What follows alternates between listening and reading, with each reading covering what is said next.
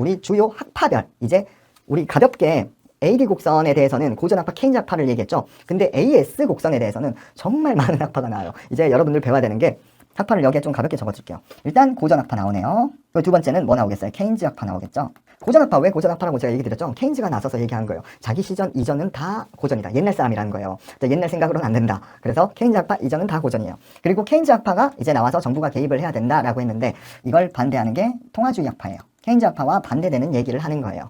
이거 지났더니 물가가 너무 오르고 나중에 배우겠지만 스태그플레이션이 발생하고 케인즈 학파 가지고는 안 된다. 아무리 재정정책을 엄청나게 해봐야 경기 부양이 되겠냐. 결국에는 통화로 해야 된다. 그게 통화주의 학파고, 그리고 뒤에 새 고전학파, 새 케인즈 학파, 이렇게 여러 가지 학파에 나뉘어요. 그래서 각각의 의견들을 한번 보자는 거예요. 각각의 의견들을 고전학파부터 볼게요.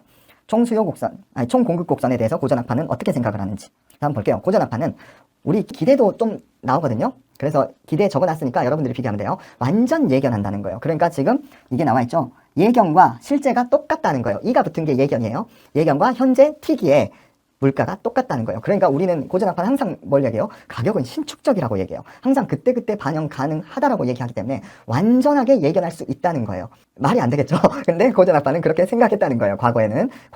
그러니까 기대치와 실체치는 항상 일치한다는 거예요. 비현실적이라는 거죠. 하지만 고전학파는 그 시절에는 그렇게 생각했다는 거예요. 그래서 예측 오차도 체계적 오류도 없는 완전 정보를 가정, 미래에 대한 불확실성이 전혀 없다는 거예요. 내가 다 할 수 있다는 거예요. 그래서 가격은 완전하게 신축성이 있다는 거예요. 그러니까 고전학파가 보는 식당 사장님은 지금 가격을 완벽하게 알고 이 10,000원짜리를 다음날에 1200원, 그 다음날에 1500원, 그 다음날에 9800원 이렇게 할 수 있다는 거예요. 충분히 알고 있다. 그렇기 때문에 완전 고용 국민소득 수준에서 수직의 AS 곡선을 나타낸다는 거예요. 이 얘기는 뭐예요?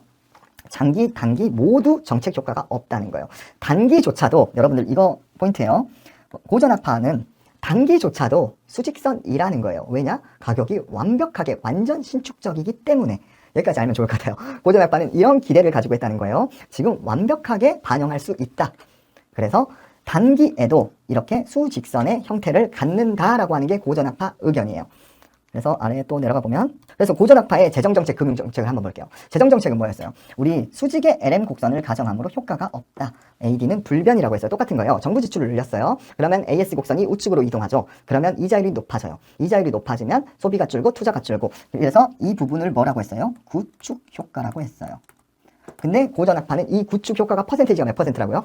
100%다. 통화주의 학파는 나중에 이 구축 효과는 있지만 100%는 아니에요. 하지만 재정정책에 대해서 고전학파는 구축 효과가 100%이니까 총수요가 전혀 달라지지 않는다 그랬어요. 그래서 제가 앞부분에서 얘기했죠. 통화량 변화만 그 총수요 곡선을 바꿀 수 있다 그랬죠.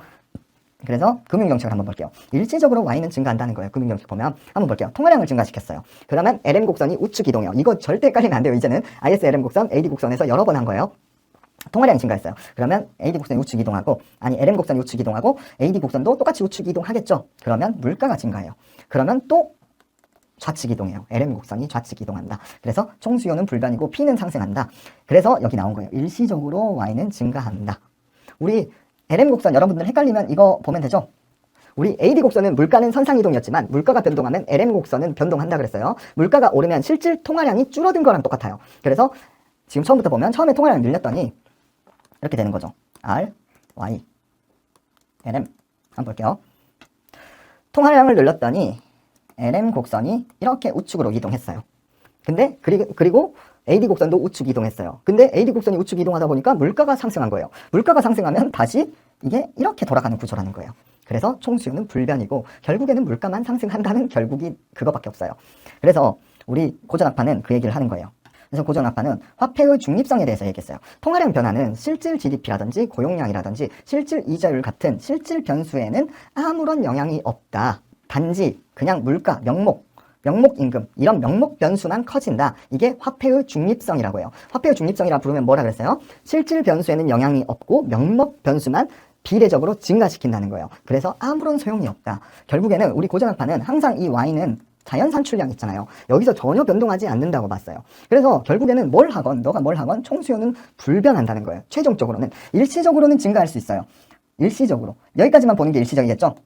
일시적으로는 증가할 수 있겠지만 끝까지 가면 결국에는 총수요는 불변이다. 항상 보이지 않는 손에 의해서 자연 산출량에 따라 결정이 된다라고 보는 게 고전학파예요. 그렇기 때문에 개입을 하지 말라는 거예요. 너가 개입을 하건 안 하건 총수요는 전혀 달라질 게 없다는 거예요. 근데 재정정책을 하면 1도 안 달라진다는 얘기고, 금융정책을 하면 물가만 증가한다는 거예요. 물가만 증가한다. 결국 이걸 표로 한번 그려드릴게요. 또 이걸 좀 지우고 좁기 때문에 금융정책 한번 볼게요. 우리 결국 고전학파는 뭐라 그랬어요? AD 곡선, 직각쌍곡선의 형태를 보인다 그랬어요. AD.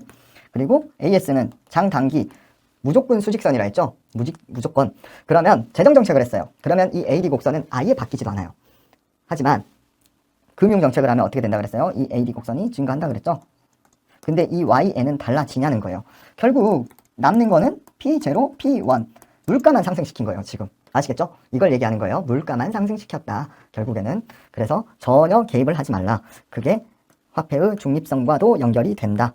왜냐? 명목 변수만 비례적으로 커지고 실질 변수는 어차피 안 달라지니까 하지 마. 이렇게 얘기하는 거예요.